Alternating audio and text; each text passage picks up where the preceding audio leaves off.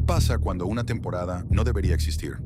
¿Qué pasa cuando tienes a un jugador que está metiendo más de 30 puntos por juego, con una eficiencia que ni Michael Jordan, ni Kobe, ni Steph Curry lograron sostener con ese volumen? ¿Qué pasa cuando otro jugador, en solo un mes, rompe la liga completa, metiendo más de 600 puntos, algo que solo se veía en los momentos más salvajes de la historia?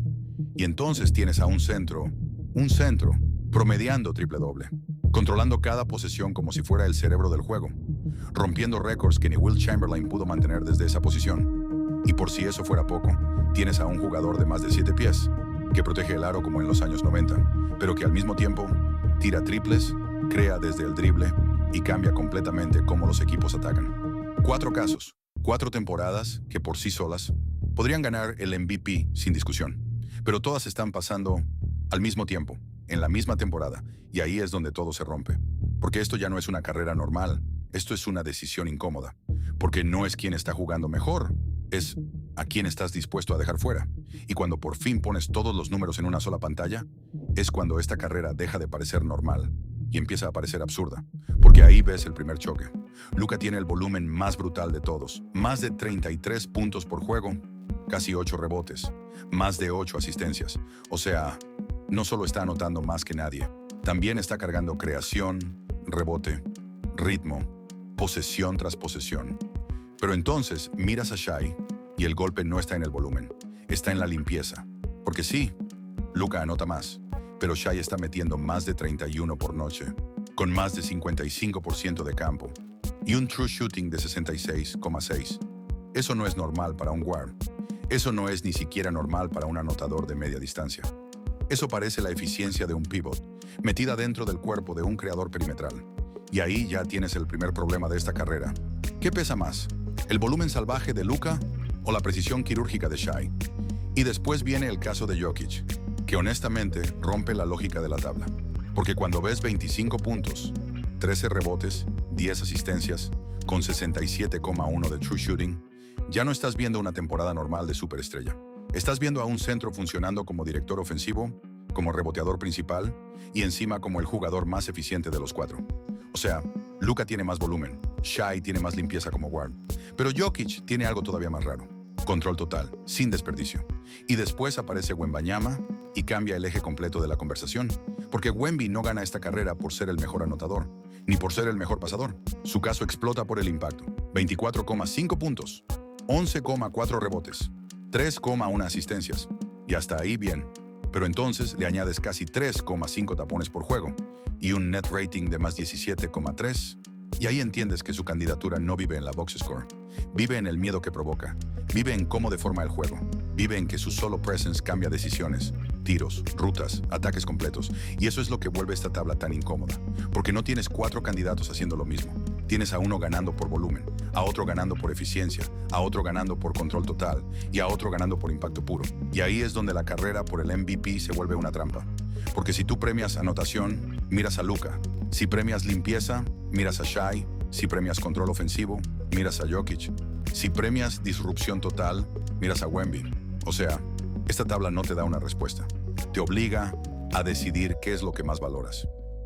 Y si hay un caso que rompe todo desde el principio, es el de Victor Wembanyama. Porque lo de Wemby no se explica con números normales, se explica con anomalías.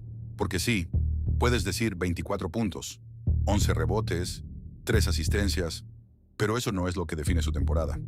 Lo que la define es esto: más de 3,5 tapones por juego, liderando el impacto en cancha en toda la liga y cambiando completamente cómo los equipos atacan.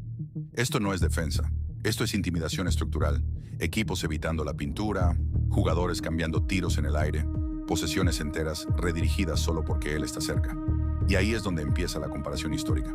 Porque no estamos hablando de un buen defensor, estamos hablando de números que no se veían desde Hakeem Olajuwon. Pero con una diferencia: Hakeem dominaba la pintura, Wemby domina la pintura y además sale a defender el perímetro y además te tira triples y además puede crear con el balón. Eso no existía, nunca. Y cuando miras su producción total, se vuelve todavía más absurda. Más de 1,500 puntos, 700 rebotes, 250 asistencias, 250 tapones y más de 100 triples. Nadie en la historia de la NBA había mezclado todo eso en una sola temporada. Nadie. Y ahí es donde su candidatura deja de ser normal y empieza a sentirse inevitable. Pero aquí viene el problema, porque el caso de Wemby no está limpio. Primero, la eficiencia. 50% de campo para un jugador de su tamaño no es dominante. Hay noches donde se enamora del triple, donde juega como guard, cuando debería imponerse como gigante, y eso le cuesta posesiones. Segundo, los minutos. Juega menos que los otros candidatos. Es un jugador que está siendo manejado, protegido, mientras otros están cargando más volumen noche tras noche, y en una carrera por el MVP, eso pesa. Y tercero, el punto más incómodo de todos. Estamos premiando lo que es o lo que va a ser, porque hay una narrativa real alrededor de Wemby, que no solo es un candidato, es el futuro de la liga, el alien, el cambio generacional, y eso puede influenciar cómo lo vemos, porque cuando tú quitas el hype, queda algo claro. Sí, es histórico.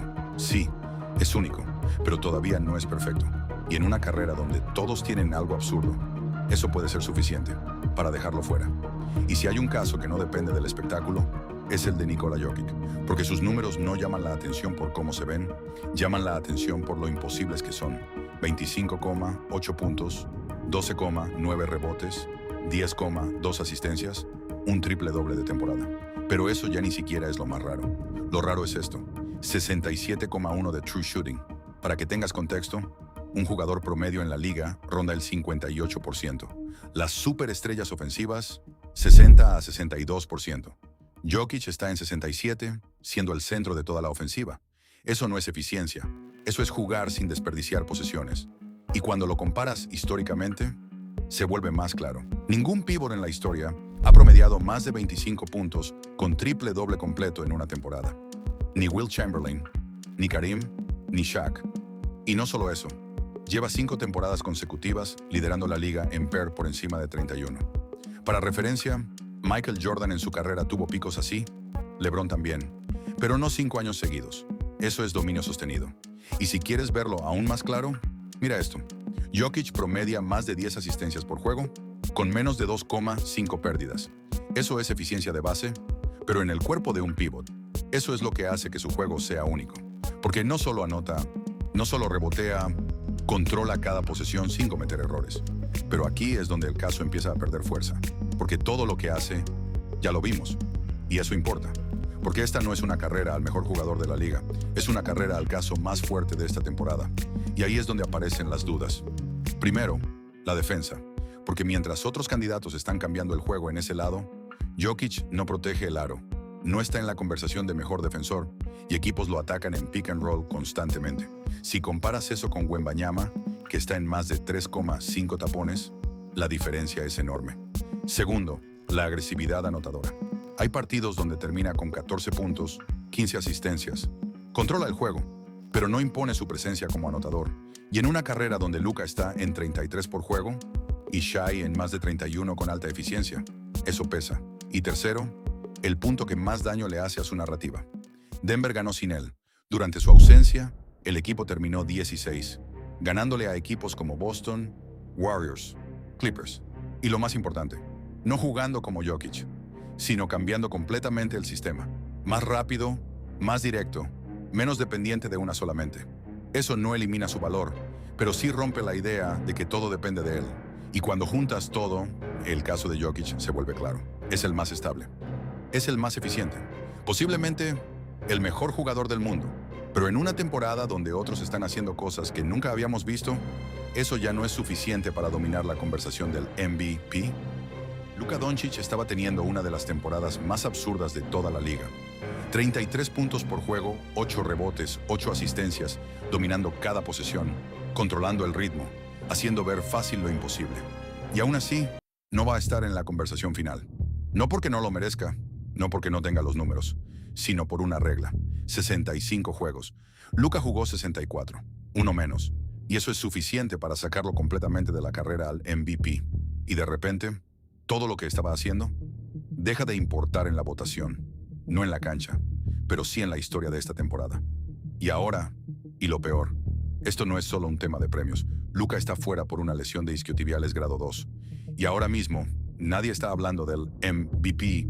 Están hablando de otra cosa. ¿Es justa esta regla?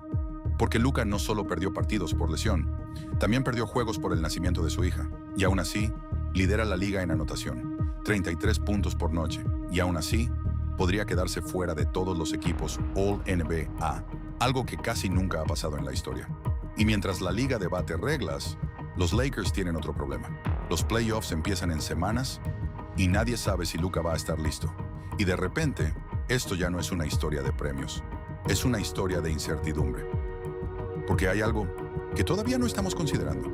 Y es ahí donde todo se pone interesante. Y después de ver todo eso, es cuando aparece el caso más incómodo de todos, Shai Gilgeous-Alexander. Porque Shai no gana esta carrera por ser el más llamativo. La gana porque no tiene fallas claras. 31,6 puntos por juego. Pero esto es lo que cambia todo. Más de 55% de campo, siendo un guard. Y aquí tienes que poner contexto. Porque jugadores perimetrales con ese volumen normalmente viven en 47, 48, 50%. Shai está en 55. Eso no es eficiencia alta. Eso es eficiencia fuera de contexto. Y si lo llevas más lejos, 66,6 de true shooting. Eso es territorio de pivots dominantes, no de un creador que vive en la media distancia. Y ahí es donde su temporada entra en historia. Porque es el primer base o escolta en la historia, promediando más de 31 puntos, con más de 55% de campo. Ni Michael Jordan, ni Kobe Bryant, ni Stephen Curry, nadie lo hizo así. Y eso por sí solo ya es suficiente. Pero no termina ahí, porque Shai no solo anota, también controla el juego. 6,5 asistencias, pero con menos de 2 pérdidas. Y aquí hay otro dato que tienes que enseñar. Más de 30 puntos, más de 2 robos, menos de 2 pérdidas por juego. Eso no es común, eso no es ni siquiera raro. Eso es único, porque significa que produce y no regala el balón. Y cuando llevas eso al equipo, ahí es donde se vuelve definitivo. 60 victorias, primer lugar del oeste. El equipo más joven en llegar a ese nivel, desde los Thunder de Durant y Westbrook. Y eso importa, porque el MVP no es solo números, es impacto en victorias. Y aquí Shai gana. Pero si quieres verlo todavía más claro, mira el impacto directo. Más de más 14 de net rating cuando está en cancha. Eso significa que su equipo destroza a los rivales cuando él juega. Y eso es lo que define valor real. Y ahora sí, vamos al problema. Porque sí, también tiene críticas. Foul baiting, muchos tiros libres, juego incómodo de ver. Y algunos dicen que el sistema lo ayuda, que no siempre defiende al mejor jugador, que el equipo es demasiado bueno. Pero incluso con todo eso, no hay un hueco real. No hay un punto donde digas, esto lo saca de la conversación. Y ahí es donde todo se cierra. Porque cuando comparas, Wemby es el más impactante, Jokic es el más consistente, Luka es el más dominante con el balón, pero Shai es el único que combina todo. Anotación, eficiencia, control, defensa y victorias. Y en una carrera como esta, eso no es solo suficiente. Eso es lo que define. Al MVP, Jokic sigue siendo el más eficiente, pero dentro de un sistema que pasa por él constantemente. Wembanyama sigue siendo el más disruptivo, pero con menos carga ofensiva real. Pero Shai, cuando lo llevas a PER 75, no baja. Se mantiene, sigue produciendo al mismo nivel, con eficiencia, sin pérdidas, sin necesidad de inflar volumen. Y eso es lo que separa todo, porque aquí ya no puedes esconderte detrás del ritmo, ni del sistema, ni de los minutos. Aquí todo es igual. Y cuando todo es igual, el valor real sale a la superficie. Y después de ver todo esto, la decisión deja de ser complicada. Porque sí, Wemby es el más único, Jokic es el más constante, Luka es el más dominante con el balón, pero Shai es el único que no necesita una explicación para justificar su impacto. Porque produce sin desperdiciar, gana sin depender de volumen extremo y domina sin tener una debilidad clara. Y en una temporada donde todos están haciendo historia, eso es lo más difícil de encontrar. Consistencia sin grietas. Y por eso, este año, el MVP es Shai Gilgeous-Alexander. Pero ahora te toca a ti. Si tú tienes ese voto, ¿a quién se lo das?